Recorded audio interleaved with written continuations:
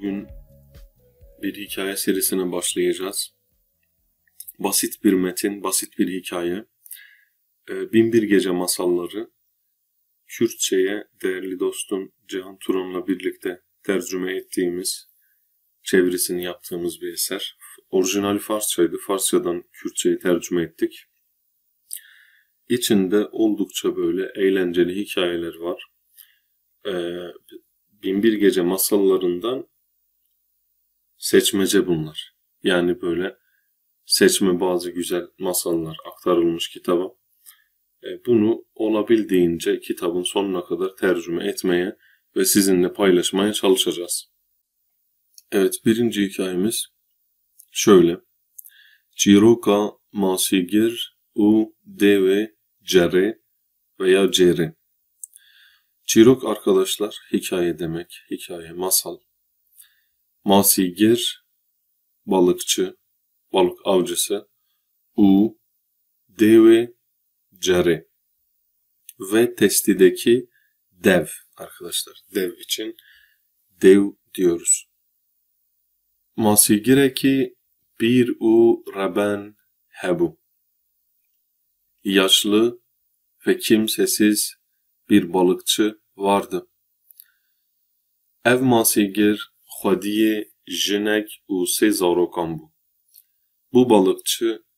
Bu balıkçının eşi ve 3 çocuğu vardı. Jiyana xwe birêya girtina masiyan derbas dikir. Arkadaşlar burada jiyana xwe derbas dikir. Yani geçimini sağlıyordu. Hayatını idame ettiriyordu. Ne ile? Birêya girtina masiyan. Birêya girtina masiyan. Arkadaşlar burada hayatını neyle idame ettiğini açıklayan bir cümlecik. Balık avlamak ile, balık yakalamak ile hayatını idame ettiriyordu. Her roş, her gün, jibo girtina masiyan, balık avlamak için, berbi bahri ve diçu, denize doğru gidiyordu. U ve torak ve davet avi, ağını suya atıyordu.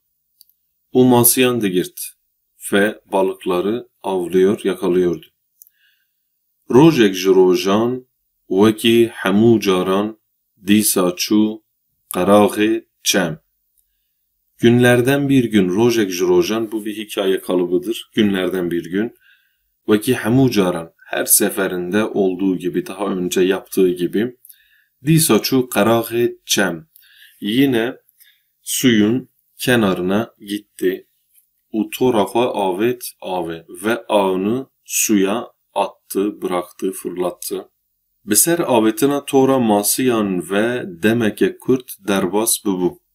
Evet, beser avetina tora masiyan ve balık ağını fırlattıktan sonra demeke kurt derbas bubu kısa bir süre geçmişti. Masigir femkir ku toravi giran buye.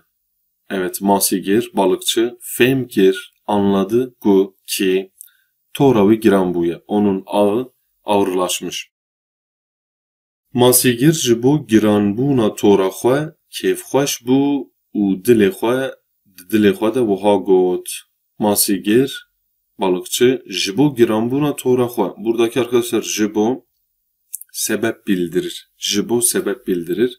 Masigir ji bo giranbûna tora xwe, ağının ağırlaşmasından dolayı, ağırlaşması sebebiyle kêfxweş bû, mutlu oldu. U dilê xwe de wiha got ve içinden, gönlünden şunu geçirdi. Teqez min masiyeke pir mezin girtiye. Teqez arkadaşlar muhakkak, kesinlikle. Min masiyeke pir mezin girtiye. Ben çok büyük bir balık yakaladım, yakalamışım. Evet, pişti ve gotine, bu sözden sonra, bunu söyledikten sonra bi kelecani tora xweya masiyan ji avê vekişand. Bi kelecani yani heyecan ile. Hem heyecan kelimesi kullanılır hem kelecan kullanılır. İkisi de Kürtçe'de heyecan anlamına gelir. Be kelecani tora xweya masiyan, heyecan ile balık ağını ji avê vekişand, sudan çekti. Lêbelê dema ku tora xwe kişand heyîrîma. Lebeli fakat dema ku tora xwe kişand anı çektiğinde hayrîma şaşırdı. Lewra di cihê masî de laşê kerekî mirar ketibû tora wî. Lewra çünkü di cihê masî de balığın yerine laşê kerekî mirar ketibû tora wî. Ölü bir eşek murdarı, bir eşek cesedi onun ağına girmişti. Ji ber vê zilamê masîgir xemgîn bû û ji bextê xwe aciz bû. Ji ber vê bu sebepten dolayı zilam-ı masîgir balıkçı xemgîn bû, üzüldü, kederlendi. û ji bextê xwe aciz bû ve bahtından rahatsız oldu. Yani bahtına küstü, şansına küstü gibi tercüme edilebilir. Piştî acizbûnê laşê kerê mirar ji tora xwe derxist û carek din tora xwe avête nav avê. Evet, bu rahatsızlıktan sonra laşê kerê mirar, ölü olan eşek cesedini ji tora xwe derxist, ağından çıkardı û carek din tora xwe avête nav avê ve ağını bir daha suya bıraktı, suya fırlattı. Bi ser avêtina torê ve demek derbas bû. Ağı attıktan sonra bir süre geçti. Masîgir dît ku tora wî dîsa giran bûye. Balıkçı gördü ki onun ağı bir daha ağırlaştı. Tora wî dîsa giran bûye. Bir daha onun ağı tekrar ağırlaştı. Masîgir bi hêvîdarî tora xwe ji avê kişand. Masîgir balıkçı bi hêvîdarî umut ile tora xwe ji avê kişand. Ağını sudan çekti. Lebeli vê carê jî masî negirtibû. Fakat bu sefer yine de balık yakalamamıştı.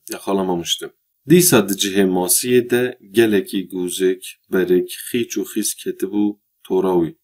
Ve yine balık yerine birçok çer, çöp, küçük taş, bu tür şeyler yakalamıştı. Cara seyem, üçüncü defa, dîsa tora xwe avête avê û demek wiha rawestiye. Yine ağını suya bıraktı ve bir süre durdu. Vê carê jî quruqaf û şûşeyên şikestî ketine tora wî. Bu sefer de yine çer çöp, bazı kalıntılar ve kırık malzemeler, bardaklar onun ağına yakalandı. Masîgir bi dilê şikestî û laşê betilî û li asîman nehêrî û wiha got. Balıkçı bi dilê şikestî, kırık bir kalple, kırık bir gönülle, laşê betilî ve yorgun bir beden ile li asîman nehêrî gökyüzüne baktı û wiha got ve şöyle söyledi. Ya Rabbimin, ey Rabbim, tu nesîbê min nekî ku ez bi destên vala vegerim malê.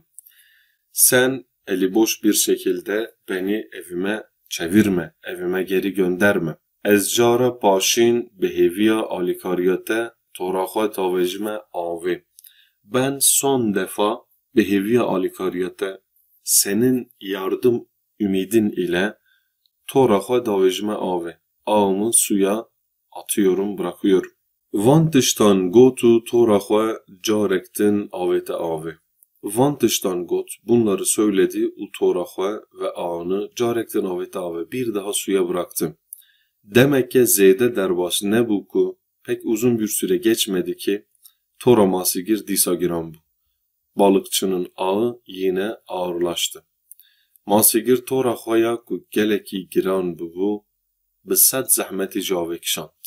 Balıkçı tora xwe ya ku gelekî giran bû ağırlaşan ağını tora xwe ya, bakın bu tora xwe kendi ağını ya ku gelekî giran bû, buradaki ya bu tor ağı açıklayan bir cümle.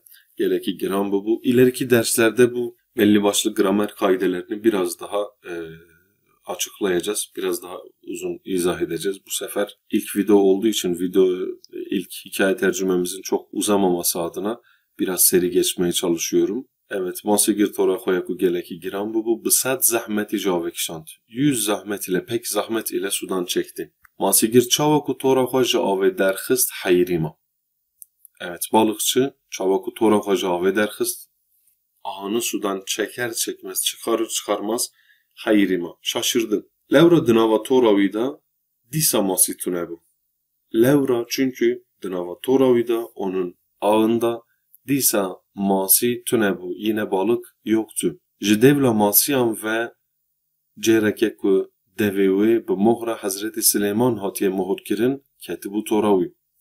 Ji devla masiyan ve balık yerine cereke ku devê wê bir testi ki onun ağzı bi mohra Hazretî Süleyman hatiye mohurkirin, Hazretî Süleyman mührüyle ağzı mühürlenmiş bir testi ketibû tora wî onun ağına yakalanmıştı. Ronahiyek ji ber çavê masîkir pekiya. Yani böyle gözüne bir aydınlanma geldi, bir nur geldi. Bu çok sevindiğinin işareti olan, çok sevindiğini belirten bir deyim. Öyle gözleri açıldı. Bu masigir jixware got ve balıkçı kendi kendine şunu söyledi. Tekaz hazineyeke mazın bu ye nasibimin. Kesinlikle bana bugün çok büyük bir hazine nasip oldu. Bana çok büyük bir hazine nasip oldu. Bugün kelimesi yok ama onu da eklemiş olduk. Masigir bi kerika ku ji berîka xwe derxist devê cerê vekir. Balıkçı bir kerika, kerik küçük bıçak arkadaşlar. Ker bıçak demek, kerik küçük bıçak, çakı. Bir kerika ku ji berîka xwe derxist. Buradaki ku bağlacı ise kendisinden önceki öğeyi açıklayan bir bağlaç. Masigir bir kerika ku nasıl bir kerik, nasıl bir çakı, bıçakçı. Ji berîka xwe derxist. Cebinden çıkardı çakı ile devê cerê vekir. Testin ağzını açtı. Masigir paşê cer tavand. Balıkçı ardından testiyi büktü. Da ku bibîne çi dınava wê de heye. İçinde ne olduğunu görebilmek için. Masigir çawa ku cer tavand dît ku du yekî reş ji nava cer derket derve. Masigir çawa ku cer tavand. Balıkçı testiyi büker bükmez, açar açmaz içindekini boşaltmaya çalışır çalışmaz. Çawa ku yapar yapmaz, eder etmez. Ditku gördü ki du yekî reş, siyah bir duman, jinava cer derket derve. Testinin içinden dışarıya çıktı. Uber bu asiman ve hilkişiya ve gökyüzüne doğru yükseldi. Döve demede deveki gelek mazın huyavu. O anda deveki gelek mazın çok büyük bir dev huyavu göründü. Masigir biditina devi ve qeyrin kir u bu havaravi. Balıkçı biditina devi ve devi gördükten sonra qeyrin kir bağırdı u bu havaravi ve feryat etmeye başladı. Jitırsa devi masigir xwe bi baş vekişan. Devin korkusundan balıkçı geriye doğru çekildi.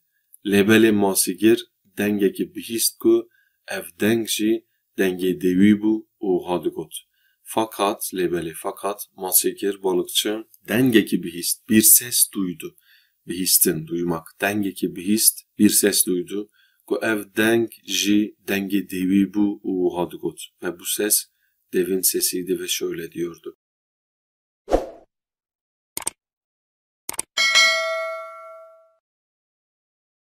Ey Süleyman-ı Mazın, limin rahme bike u günehi min bebexşine. Ezi ji îro pêve dibin ferman û emrê te debim.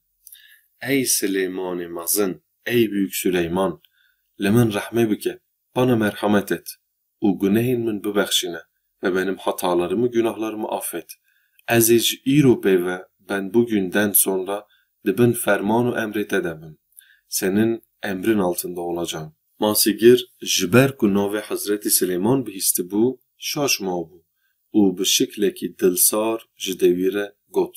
Evet, masigir ji ber ku navê Hazretî Süleyman bihîstî bû, balıkçı Hazreti Süleyman'ın adını duyduğundan dolayı ji ber ku dolayı şaşma bû, şaşırmıştı. U bi şiklekî dilsar ve soğuk bir şekilde, şüpheli bir şekilde, ümitsiz bir şekilde ji devî re got. Deve şöyle dedi. Ey dev, tu çi dibêjî? Ey dev, ne diyorsun? Ma tu nizanî ku Hazretî Süleyman berî vê 1800 salî ji nav me çû rehma Xwedê. Ma tu nizani, bilmiyor musun ki Hazreti Süleyman beri ve bundan önce 1800 sal 1800 yıl önce Jinav meçhu rahme xude içimizden ayrıldı, vefat etti. Dev çava ku denge masigir bihist di cihê xwe de demek bêdeng sekini. Dev balıkçının sesini duyar duymaz bir süre yerinde kaldı. Paşeci jınışka ve zarin kirugot ve ardından birden bağırarak şöyle söyledi. Eydi tu xwe amadeyi mirne bike dibe ku ez te bikujim. Evet, dev diyor ki artık sen kendini ölüme hazırla ve benim seni öldürmem gerekiyor. Masigir jıtırsan lerizi uha got. Balıkçı korkudan titremeye başladı ve şöyle dedi. Tu yemin bikuji. Sen beni öldürecek misin? Gel o jiber çi sedemi tu yemin bikuji. Hangi sebepten dolayı beni öldüreceksin? Müntü jizindana nava ceri halaskiri. Ben seni testinin içerisindeki zindandan, hapishaneden kurtardım. Devigot, dev dedi ki, şöyle dedi. Beli ez dizanım ku te ez halas kirime. Evet, ben biliyorum ki sen beni kurtardın. Lebeli jikuştina te pey ve türüyadın jibumun tüne.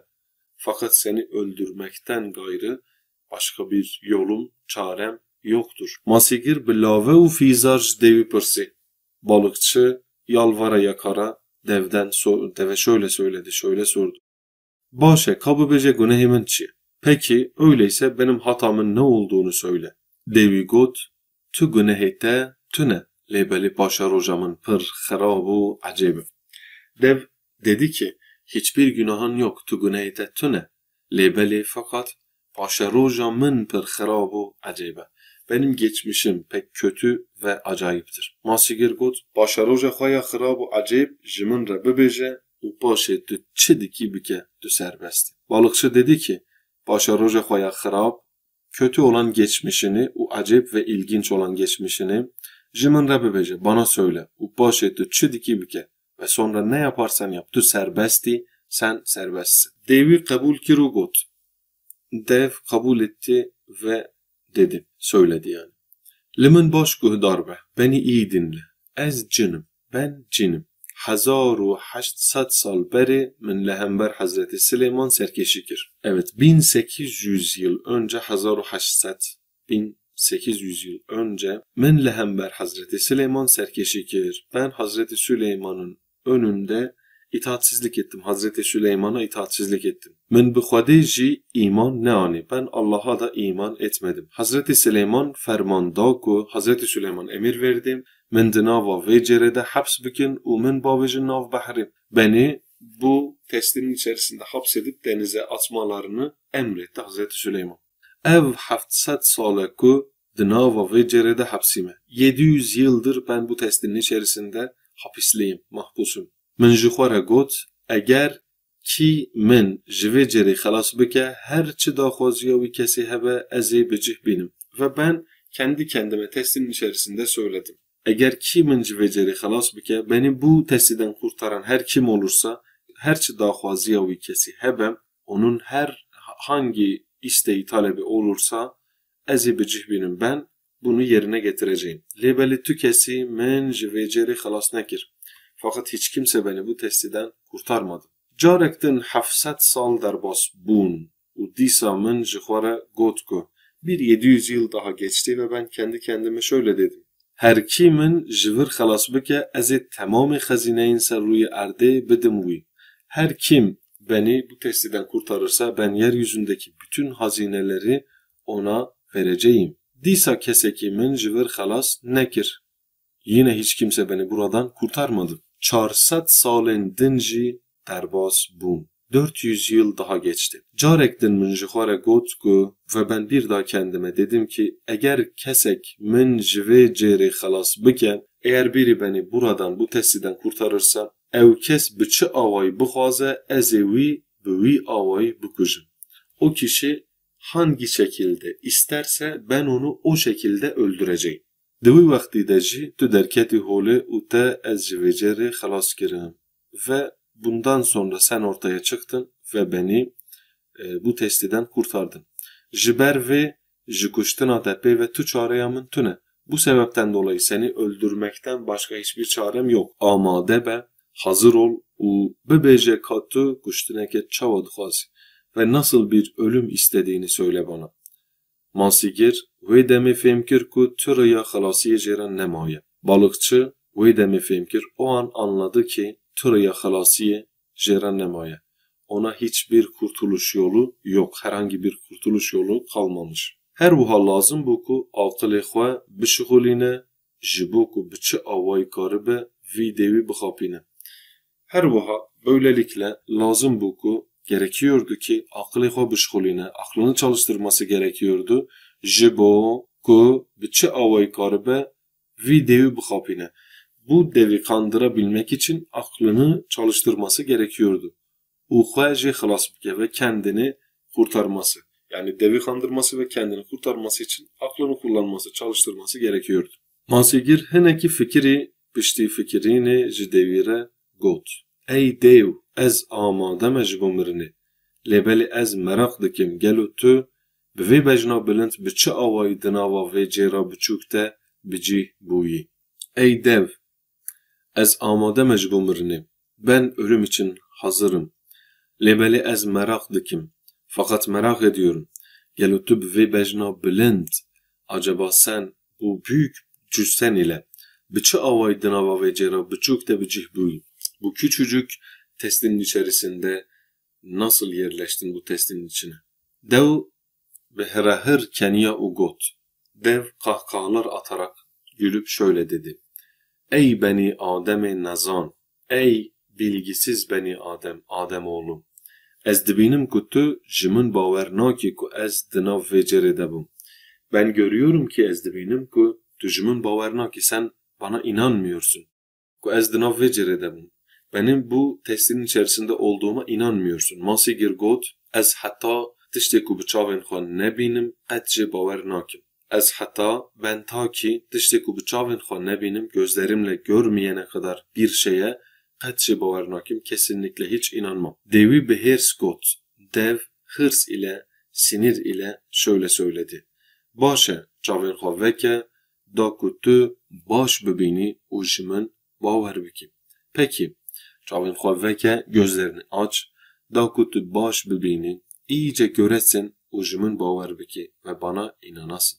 Evet, dev van tiştan got û qeyrîn kir. Dev bunları söyledikten sonra bağırdı. Du vê qeyrînê re dev bibal asiman ve bilind bû. Ve bu bağırmadan sonra dev bal bi asiman ve gökyüzüne doğru bilind bû, yükseldi. û bi careke kete nava cêra ku ji navê derketibû. Ve bir defada içerisinden çıktığı testiye yine geri girdi. Masîgir bi lezgînî devê cêrê girt û mohra Hazreti Süleyman jî li devê cêrê xist. Balıkçı hızlı bir şekilde testinin ağzını kapatarak Hazreti Süleyman'ın mührünü li devê cêrê xist. Testinin ağzına vurarak kapattı testinin ağzını. Piştî ku devê cêrê mohur kir, cêr hilgirt û nêzî deryayê bû. Testinin ağzını kapattıktan sonra testi alarak Nezi Deryayı bu denize yaklaştı. Devi dinava cêrê de bahavar, feryad û figan wiha got. Testinin içerisindeki dev feryat ederek, figan ederek şöyle dedi. Tu dixwazî çi karî bikî? Ne yapmak istiyorsun? Masîgir wiha bersivda. Ez dixwazim ku te bavê jim avê da ku tu heta bi hetayê di nav deryayê de bimînî. Ben seni suya atmak istiyorum ki sen sonsuza kadar denizde kalasın. Dev bu şekleki lavayı got. Dev yalvararak şöyle dedi. Vere vi karî neke. Gel bunu yapma. Min azad bike. Beni özgür bırak. Da ku diyariyen geleki baş bidim te. Ta ki ben de sana çok güzel hediyeler sunayım.